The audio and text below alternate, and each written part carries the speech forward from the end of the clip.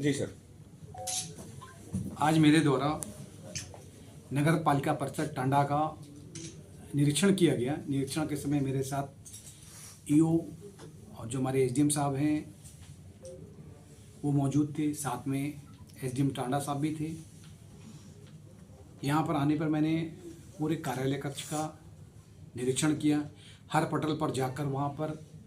जो कर्मचारी थे उनसे बातचीत किया, कौन क्या काम करता है, किस प्रकार से अभिलेखों का रजिस्टर का रख रखाव करते हैं, उनको देखा। कार्यालय में जो साज सफाई स्वच्छता रजिस्टरों का रख रखाव बहुत ही अच्छा है और कर्मचारियों ने इस पर काफ़ी मेहनत की है। इसके पश्चात मैंने ईओ के कक्ष में बैठकर अलग अलग बिंदुओं की विस्तृत समीक्षा की। सफाई से लेकर जो पूरे शहर की सुबह और शाम की सफाई होती है, हाउस टू हाउस जो कूड़े का उठान होता है, गीला कूड़ा और सूखा कूड़ा जो अलग अलग जाता है, उसके संबंध में विस्तृत जानकारी प्राप्त की। इसके साथ साथ जो नगरपालिका की आय को बढ़ाने के लिए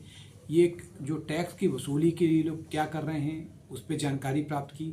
और उससे मैं काफ़ी संतुष्ट नहीं हूँ, क्योंकि वसूली को लेकर हमने इनको कड़े मार्गदर्शन दिए, निर्देश जारी किए हैं कि रेवेन्यू को बढ़ाने के लिए और कर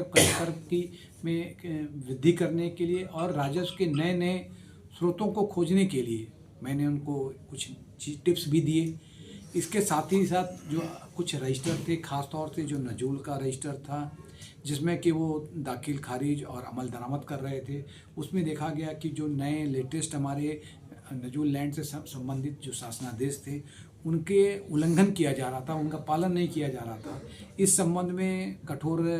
निर्देश देते हुए अपर जिलाधिकारी के नेतृत्व में 3 सदस्यीय कमेटी बनाकर कहा गया है कि 10 दिन के भीतर इसके संबंध में आज्ञा उपलब्ध कराएं और जब तक आज्ञा प्राप्त नहीं होती है तब तक के लिए किसी भी प्रकार का नया अमल दरामद या दाखिल खारिज नहीं होना चाहिए। इसके साथ ही साथ जो हम लोगों ने यहाँ पर निर्माण कार्य चल रहे विभिन्न प्रकार के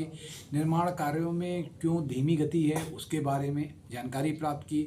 तत्पश्चात अध्यक्ष महोदय के साथ प्लस जो यहाँ के सभासदगण हैं 25 वार्डों के, उनके साथ बैठकर भी विस्तृत चर्चा किया। और चर्चा करने के बाद क्या क्या समस्याएं आम जनमानस की हैं, कुछ यहाँ पर जो दुकानों का इशू था, कुछ जो हाउस टैक्स और वाटर टैक्स का इशू था, उसमें यहाँ के जो सम्मानित नागरिकगण हैं, पत्रकार बंधु हैं, सभासदगण हैं, उनसे काफ़ी डिटेल में बात होकर इसकी कह सकते हैं कि विस्तृत रूपरेखा हम लोगों ने तैयार कर ली है कि किस प्रकार से आने वाले समय में टांडा नगर पालिका को जो ए श्रेणी में आ रही है इसको हम लोग एक मॉडल नगर पालिका के रूप में डेवलप कर सकते हैं।